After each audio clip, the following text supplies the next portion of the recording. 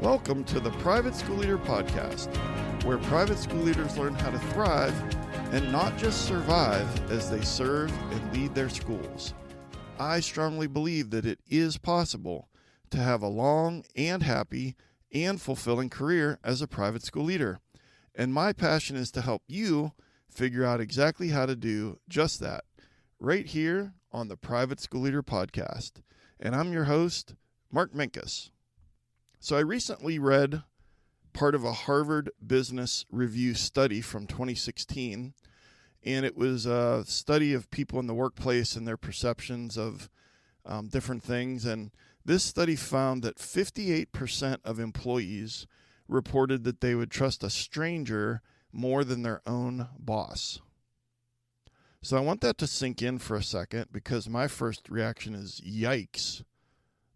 58% of employees reported they would trust a stranger more than their own boss. And this just highlights that there's a significant trust gap between employees and their supervisors, and there's a trust gap in our schools between admin and teachers. Let's face it, we know that. And here's the thing, we all want to build trust with our teachers. We know how important it is for building teacher morale and psychological safety and building a strong culture in our schools. And we want them to trust us. We certainly want them to trust us more than a stranger. But how do we do that? Well, on today's episode of the Private School Leader Podcast, we are going to discuss the 4 things that trustworthy leaders say. Quickly, before we jump into that, I wanted to let you know that over the past 6 or 7 weeks, about 20 private school leaders have purchased Parent Academy, and they're going to use it as part of their teacher in service in August. And I just want you to imagine for a moment, your teachers are in a room together. In front of them is the 26-page workbook printed out on the copy machine and 3-hole punched, and it's got the guided notes and the discussion questions in it. And then at the front of the room, there's a smartboard or a screen with a projector and the video webinar of the Building Effective Relationships with Private School Parents. Part 1 is playing on that screen. And I'm teaching your teachers all of the things that I teach you in Parent Academy. And I'm telling them some things that they need to hear, but they might not want to hear, things that you might feel very uncomfortable for you to say to them. But they're watching the video, they're learning, and then at the end of the video, they're breaking into groups and they're having discussions about the discussion questions.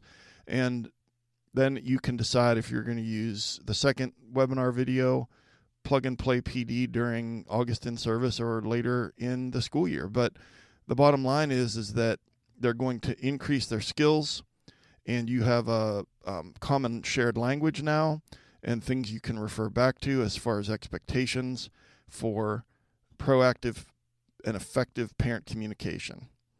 And there's still time to make that happen for your August PD. Just go to theprivateschoolleader.com/Parent Academy, and you'll see all that you need to know about Parent Academy, and also see some testimonials there from private school leaders and private school teachers who have participated in the training. So privateschoolleader.com/Parent Academy. And then I want to give you a free resource, and it's called How to Use Verbal Judo to Have Better Conversations with the Parents at Your School. And verbal judo is a communication strategy that focuses on using words to de-escalate conflict. And George Thompson, who wrote the book Verbal Judo, The Gentle Art of Persuasion, he's trained over 250,000 law enforcement officers in using verbal judo. What if you could use that on the parents at your school when they get upset? And so what I've done is taken several important strategies from that book, applied them to your life as a private school leader, put them into a PDF, and created a free resource for you that you can grab at theprivateschoolleader.com/judo. Again, that's how to use verbal judo to have better conversations with the parents at your school at theprivateschoolleader.com/judo.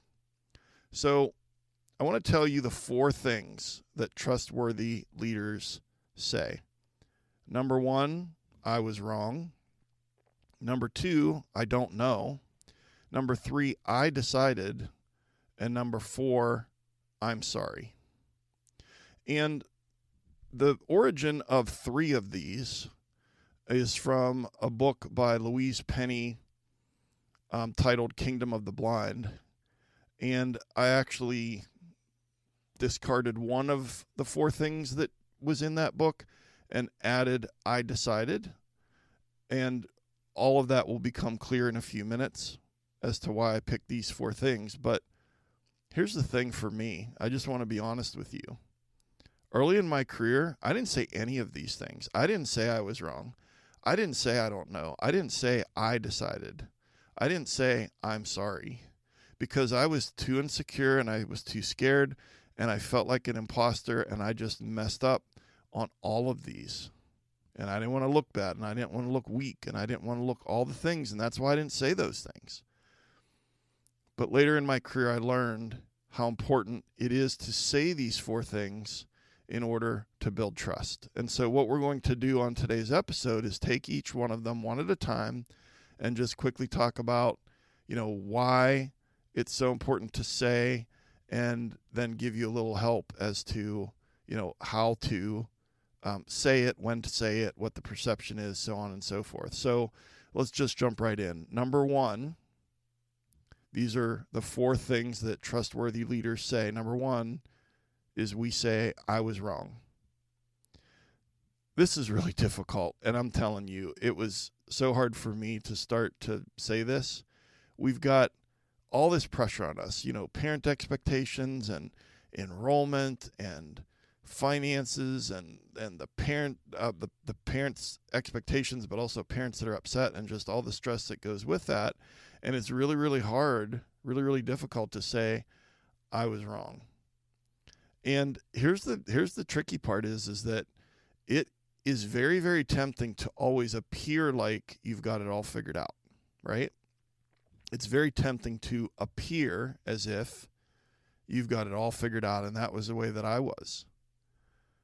But when we admit our mistakes and say I was wrong to our teachers and our staff, here's the message that we're sending to them. This is a safe place to be a human.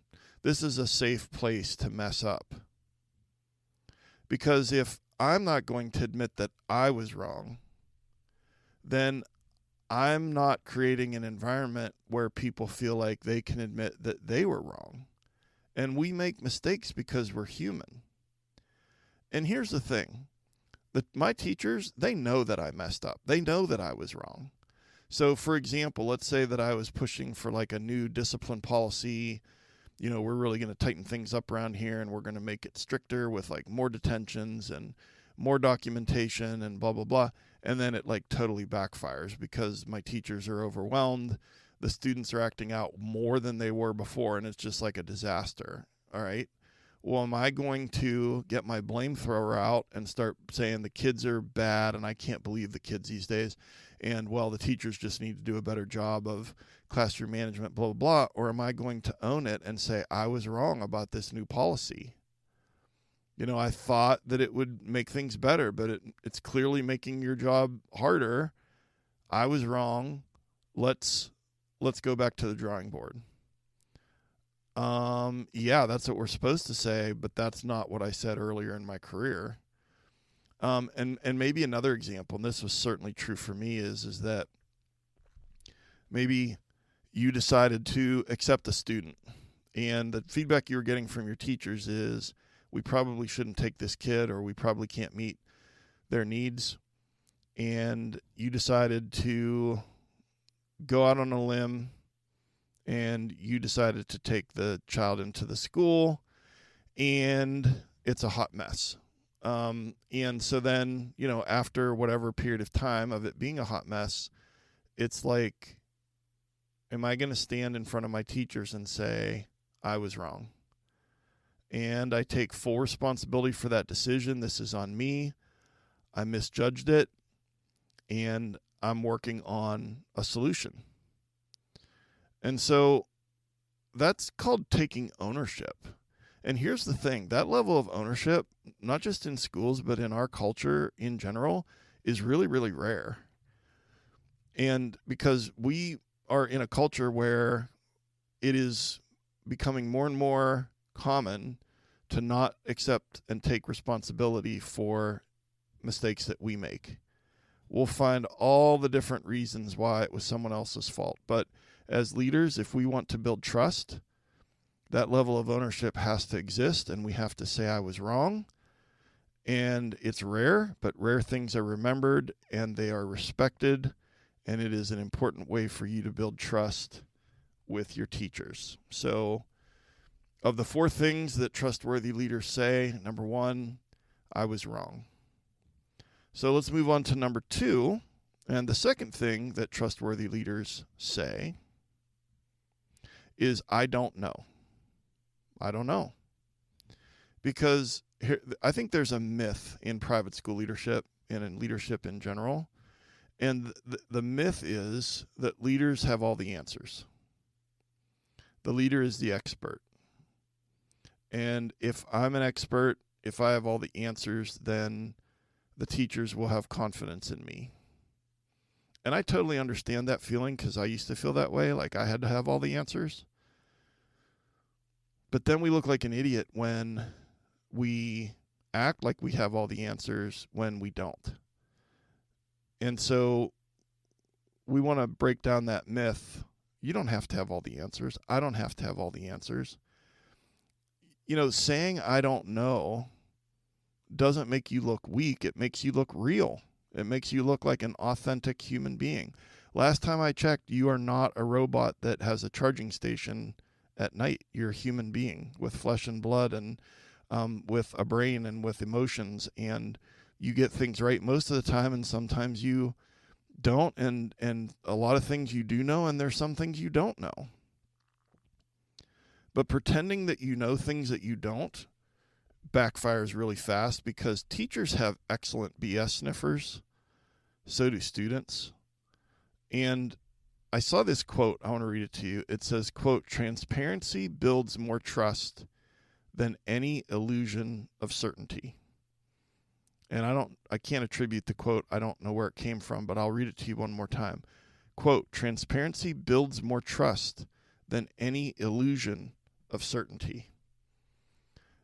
And that's the bottom line here. And it's like, okay, so there's 2 things, or just, there's more than 2 things, but there's 2 things that I picked that have to do with the I don't know. One is time and the other is knowledge. So for example, let's say you're working on something and you were supposed to get back to the teachers at this certain meeting, and tyranny of the urgent got in the way and you didn't get the answers that you needed, and so you don't know yet.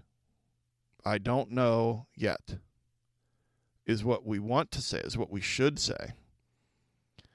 But I'll speak for myself. I'm not going to speak for you. I would be in that situation. I'd be a little embarrassed that I didn't meet the deadline, that I didn't get the information I needed to give them an answer, and then I would start kind of making excuses and using administrator speak and blah, blah, blah, blah, blah, okay? But it's okay to say, I don't know yet. You know, I will keep working on this, and I'll get back to you by such and such a date, okay?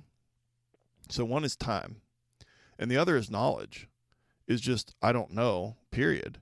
They're asking about a question about information, and it's just, I honestly don't know the answer, but I don't want to look stupid. And so then, you know how we look really stupid is when we pretend that we know an answer when we don't. And so our integrity remains intact when we say, I don't know. And you've heard me talk so much about integrity on this podcast. Our integrity remains intact when we say, I don't know. And that builds trust. And that's what we're talking about today. So the second thing that trustworthy leaders say is, I don't know. And number 3 on our list of the 4 things that trustworthy leaders say is, I decided. I decided. Okay.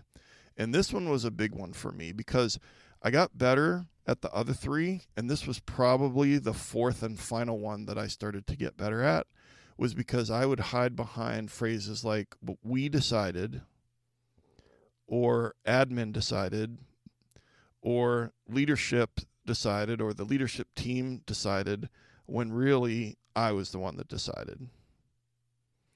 And so saying I decided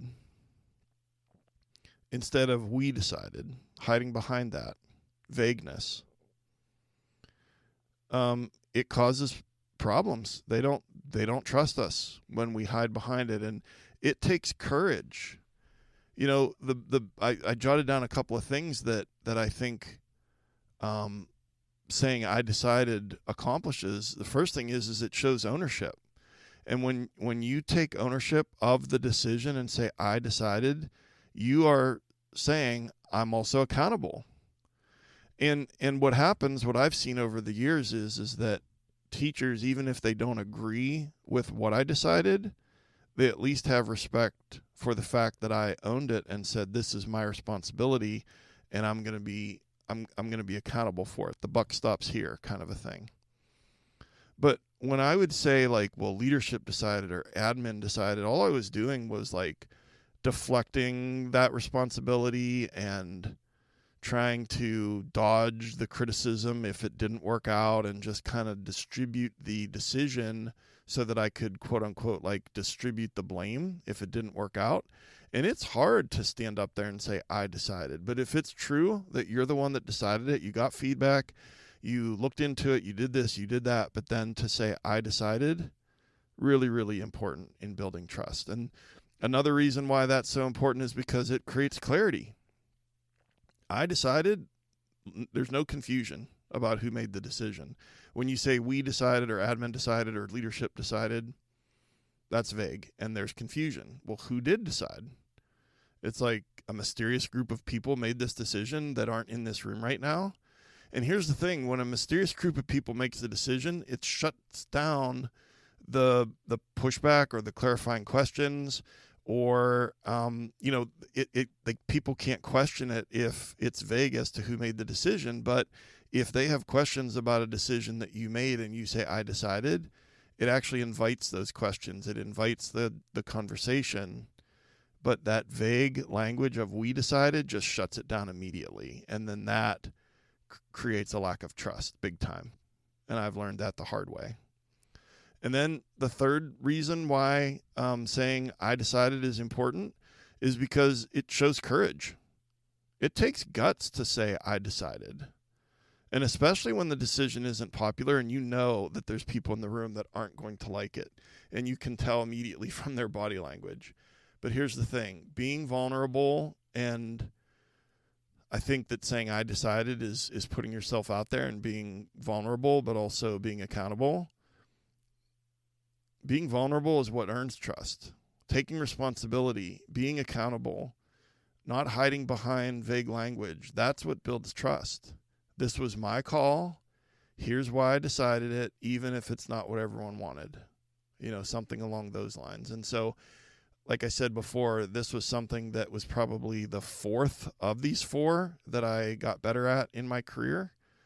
But it is so essential for building trust to not hide behind vague language of we decided or it was decided. We're going to say I decided. And then that brings us to the fourth thing that trustworthy leaders say. And number 4 is, I'm sorry. And I used to be really bad at this. I think you're getting a theme here. I used to be really bad at all 4 of these. Just admitting it and saying, I'm sorry. So the difference between saying I was wrong and saying I'm sorry, you can say I was wrong. But then it's sort of like, okay, but if being wrong has impacted people negatively, remember my example about the new discipline policy that was like super overwhelming for teachers, or me deciding to take a kid that then it turned out to be a hot mess and that impacted the teachers and their classes negatively. Well, it's one thing for me to say I'm wrong, but it's then the next step is to say I'm sorry. And so why is that so important to say I'm sorry? Because, man, I'll tell you what, a lot of us, me included, it's such a hard thing to say in our personal life, in our professional life. We don't want to look weak. We don't want to, quite frankly, we don't want to take that responsibility. It's awkward. It feels uncomfortable. Well, I'm the leader and, blah, blah, blah. It's like all of that is just a bunch of baloney. It's a bunch of BS, quite frankly. And so just quickly, why is it so important to say I'm sorry? It creates psychological safety. I want you to think about it this way. If I say I'm sorry, my teachers are probably thinking, well, if he or she can own up to a mistake, then I can be more honest about my mistakes. Here's the thing. When you don't have a psychologically safe working environment, people do not take responsibility for their mistakes if you're not taking responsibility for your mistakes. People don't apologize if you don't apologize. And then they've got their head on a swivel. They get their blame thrower out. And then every man for himself kind of a mindset. And that's not what you want. And so you're modeling that. And then it makes it feel more psychologically safe for your teachers to also own up to when they make a mistake, because we're all human beings and we all make mistakes. And then the second thing that saying I'm sorry does is that it shows that you're accountable. We are constantly teaching our kids at school that they need to take responsibility for their actions and they need to be independent learners and they need to do this and that. And it's like, okay, but are we doing that as the leaders? Because if we don't model that same behavior, it really damages our credibility. And here's the thing. I've said it before. They know that you messed up. You know that you messed up. And so apologize. And you're also sending the message that everyone is accountable here, including me as the leader. If everyone's accountable except you, that's a real problem. If everyone's accountable, all the teachers, you hold them to the standard, so on and so forth. If everyone's accountable except you, that's a real problem. There isn't going to be trust in that relationship. And then the third reason that saying I'm sorry is so important is because it opens the door to fixing it. When you mess up, saying I'm sorry is the first step to making it right. But if you don't apologize and you get defensive and you start to lay blame at other places, it completely shuts down the first step towards repair. Well, I don't need to repair anything because there's nothing to be sorry about here and just nothing to see here. Move along, folks. And so saying I'm sorry actually opens the door up for fixing it, for repair, for making it right. And then finally, when you say you're sorry, it actually shows strength and not weakness. And I used to have this completely backwards. In my notes, I have this in all caps, the words completely backwards. Because I would avoid apologizing because I thought it made me look weak and incompetent and it undermines my authority and they won't respect me. And here's the thing that I learned is that it's actually the opposite that's true. Because when I would apologize, it was still hard to do. It was hard for them to hear. There's still discomfort and pain surrounding the feelings that they have because of the thing that I did that I'm now apologizing for. It's not like it magically makes it go away, but it shows authenticity and humility, and most importantly, it shows integrity, and it shows emotional maturity. It shows so many things about a person if they'll own it and apologize for it. And so what are our big takeaways? We've been talking about the 4 things that trustworthy leaders say. I was wrong. I don't know. I decided, and I'm sorry. And your call to action for today's episode is to take 15 minutes of reflection this week. Just take 15 minutes this week. And you ask yourself, which one of these do I say the least? I was wrong. I don't know. I decided, or I'm sorry. You decide which one of these do I say the least, and then ask yourself why. That's the call to action for today. And I want to wrap it up by just giving you another quick reminder that Parent Academy, if it's something that you want as a plug-and-play PD part of your teacher in-service, you still have time. privateschoolleader.com/parentacademy. It's hard to find in our schools, our pre-K through 8, pre-K through 12 schools. It's hard to find PD that's relevant for everybody. And Parent Academy is relevant for every teacher with every age group. And so, again, Parent Academy, you can check that out at theprivateschoolleader.com/Parent Academy. And then another final reminder that your free copy of How to Use Verbal Judo to Have Better Conversations with the Parents at Your School is over at theprivateschoolleader.com/judo. And I would love to hear from you. If you get value from the podcast, I'd love to hear from you. My email is mark.o.minkus@gmail.com. That's mark.o.minkus@gmail.com. And let me know about something that you gained, a strategy or encouragement, or maybe email me with your biggest pain point, and maybe it'll be a future episode. And the show notes for today's episode are at theprivateschoolleader.com/episode 145. A new episode comes out every week wherever you listen to your podcasts. And if you would write a review and rate the podcast, that helps push this content out as a suggested podcast for leaders all over the world. And recently we added Bulgaria and Nepal, and up to 68 countries in all 50 states where people are listening to the podcast.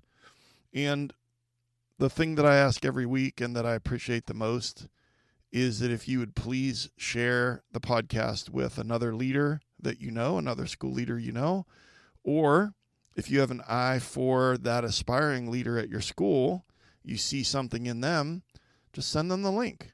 And they can check out this content as well. And I've been your host, Mark Minkus. I just want to say how much I appreciate you and all of the amazing hard work that you're doing at your school for those lucky kids and those lucky teachers. Thank you so much for taking some of your precious time to join me here today. And I'll see you next time right here on the Private School Leader Podcast. And until then, always remember to serve first, lead second, and make a difference.